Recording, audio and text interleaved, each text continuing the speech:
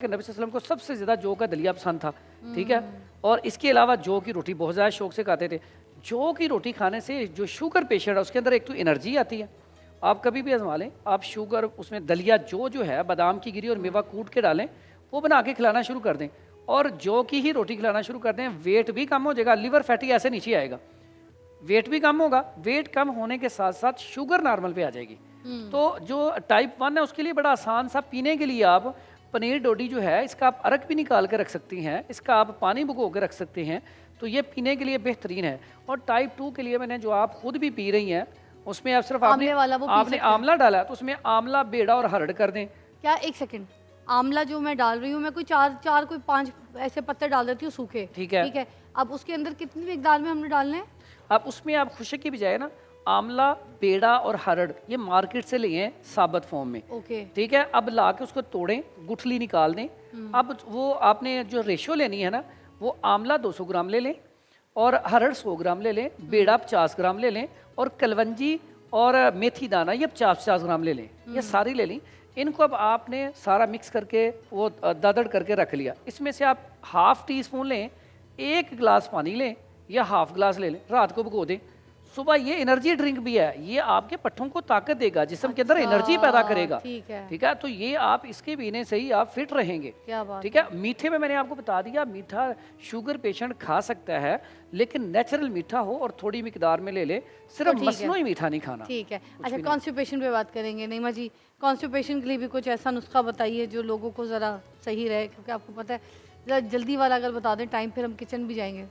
मुझे तो सबसे ज़्यादा जो पसंद है ना, जो इस्तेमाल करते हैं हम, अंजीर का इस्तेमाल करते हैं। अंजीर, हाँ जी, अंजीर जो है वो कब्ज़ कुशा है। तो अमूमन ये है कि कभी किसी को, छोटी बेटी को मेरी को अमूमन हो जाती थी, तो उससे ये था, एक तो हम करते हैं इस्तेमाल के रात को बच्चे को सुलाते हुए आपने नीम गर्म दूध, बच्चा बड़ा कोई भी हो, उसके अंदर आपने आधा चम्मच देसी घी मिला के पिला दें, उससे भी कब्ज़ का ये भी एक बेहतरीन नुस्खा है। हाँ, और दूसरा बच्चों के लिए भी बड़ा कारआमद होता है, बहुत कारआमद है। और हाँ। दूसरा ये कि अंजीर डायरेक्ट नहीं, अंजीर भी पानी में भिगो के रखें और फिर अंजीर खाएं आप। असर के टाइम तकरीबन भिगोते, रात को सोते हुए खा लें। नहीं, सूखी का मुझे इतना नहीं, भिगो के, हाँ जी, भिगो के सोख करके वो पानी पी लो और वो खाएं। वो वैसे भी अच्छा, इंजीर को पानी में जब भिगो तो वो फूल भी जाती है ना, आप भी हकीम साहब जरा बता दें इंजीर की इफादियत का भी जरा। इंजीर जो है ना, मैंने आपके शो में बताया था, बड़ा वो मेरी तो कमर का दर्द ठीक हो गया था इंजीर से, अल्लाह की कसम, ऑलिव ऑयल में भिगो के रखती थी मैं रात को। ये कॉन्स्टिपेशन के लिए जबरदस्त है। और जो बच्चे मोटे नहीं होते कब्ज की वजह से, उनके लिए बड़ा आसान और सिंपल, और ये बड़ा पुराना नुस्खा चलता आ रहा है। गुड़ लें, नेचुरल गुड़ हो, 50 ग्राम गुड़ ले लें, 50 ग्राम ही देसी घी ले लें। इनको आप गर्म करें किसी फ्राई पैन में, गर्म करने के बाद ऊपर से जो देसी घी है वो ऊपर से उतार लें। वो देसी घी 1 चम्मच सुबह 1 शाम देना शुरू कर दें। आधा घंटा पहले और बाद में कोई चीज़ नहीं देनी। बच्चों को फरबा करने के लिए, कॉन्स्टिपेशन के लिए, बच्चों की कमज़ोरी के लिए बेहतरीन चीज़ है। और बड़ों के लिए ये बड़ा आसान सा, सिंपल सा और बड़ा सस्ता सा नुस्खा आपको कब्ज़ का बता देता हूँ कि आपने सना मक्की, इसका हदीस में भी जिक्र आया, सना मक्की आपने लेनी है। ये आप ले लें 100 ग्राम, और इसमें जो डंडियाँ होती हैं ना लकड़ी से, वो चुन लेनी है, सिर्फ पत्ते लेने हैं। अच्छा। और ये लेनी लंबी वाली है। ये आपने 100 ग्राम ले ली। 100 ग्राम ही अजवाइन ले लें देसी। अब इसमें हस्बे जायका यानी कि 50 ग्राम तकरीबन नमक डाल लें। जो sugar patient, blood pressure patient है ना, वो नमक ना डालें। अब इसका पाउडर बना के ना हाफ टी स्पून सुबह और शाम खाने के 2 घंटे बाद ले लें। अल्हम्दुलिल्लाह पहली खुराक से ही कॉन्स्टिपेशन जो है ना वो ठीक हो जाएगी। इसके अलावा बड़ा आसान सा, सिंपल सा, सादा सा नुस्खा ये कैस्टर ऑयल। ये मैंने देखा है, ऐसे पेशेंट आते हैं जिन्हें हॉस्पिटल में भी वो कह देते हैं कि आपका इलाज मुमकिन नहीं है, तबीब हज़रात भी, कि 6-6 दिन हो गए हैं कॉन्स्टिपेशन ख़त्म ही नहीं हो रही। तो ऐसा पेशेंट, उसके अंदर घबराहट, बेचैनी, तलखी बहुत हो जाती है। ये मैं हकीम साहब, इससे पहले कि आप इस नुस्खे की इफादियत बताएं, मैं थोड़ा सा आपसे पूछ लूँ, ये मेरे ख्याल से पेट की ड्राइनेस को दूर करता है जब इसको पीते हैं। यस, ये जो पेट में खुश्की हो जाती है, इसकी वजह से भी तो होता है ना ये कॉन्स्टिपेशन का प्रॉब्लम, जब आप ड्राई हो जाते हैं। बिल्कुल। तो जब इसको आप कैस्टर ऑयल, क्योंकि जब बाल भी गिर रहे हों, और कोकोनट ऑयल में अगर हम कैस्टर ऑयल को मिला के लगाते, तो मैं कहती हूँ पूरी दुनिया में जो हेयर फॉल है वो खत्म हो जाएगा। जबरदस्त। सबसे पहला अच्छा तेल का नुस्खा यही है हेयर फॉल का।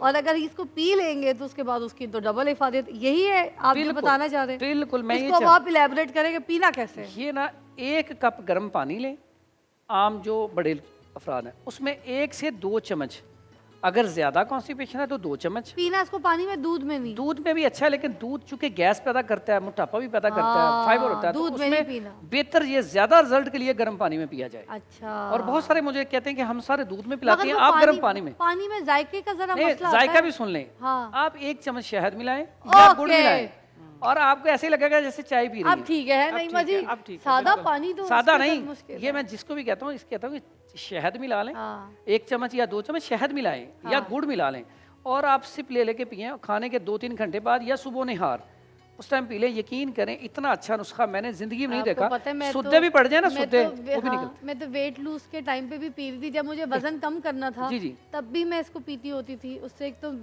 बड़ा अच्छा अच्छा, है। इसमें इसके आप बारे में ना- अलग से शो बताऊंगी मैं आपको। ये सादा सा, ये टाइम खत्म हो रहा है। खरबूजा। हाँ, ये देखें, कब्ज़ कुशा। मैं समझता हूँ जब खरबूजा आ जाए तो फिर भी लोगों को कब्ज रहे या यूरन खुल के ना आए, तो फिर हमारी कमजोरी है कि हम खरबूजा क्यों नहीं खरीदते।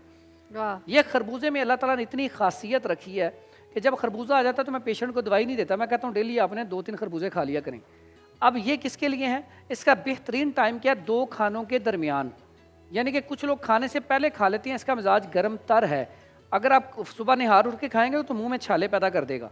इसको खाने का तरीका, खाना खा लिया उसके 1-2 घंटे बाद खाएं, तो ये कॉन्स्टिपेशन के लिए ना, कब्ज के लिए इससे तेज़ दवाई नहीं है। फिर उसके साथ साथ इसका फ़ायदा यूरिटरी ट्रैक के लिए इन्फेक्शन को ख़त्म करता है।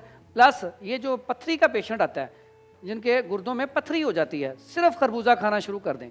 जो ऐसे पेशेंट आपके पास आते हैं या ऐसे मरीज़ हैं जिनको पेशाब खुल कर नहीं आता, उनके लिए खरबूजा नेमत है।